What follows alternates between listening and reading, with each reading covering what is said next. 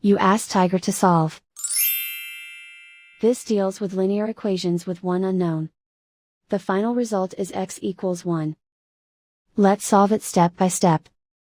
Simplify the expression. Expand the parentheses. Simplify the arithmetic. Multiply the coefficients. Group all x terms on the left side of the equation. Add 8x to both sides. Group like terms.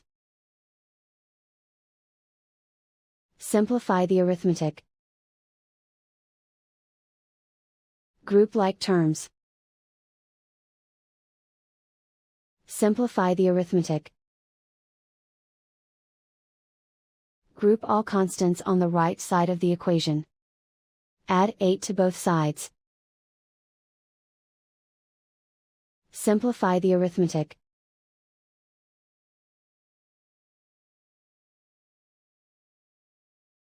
Isolate the x. Divide both sides by 4. Simplify the fraction.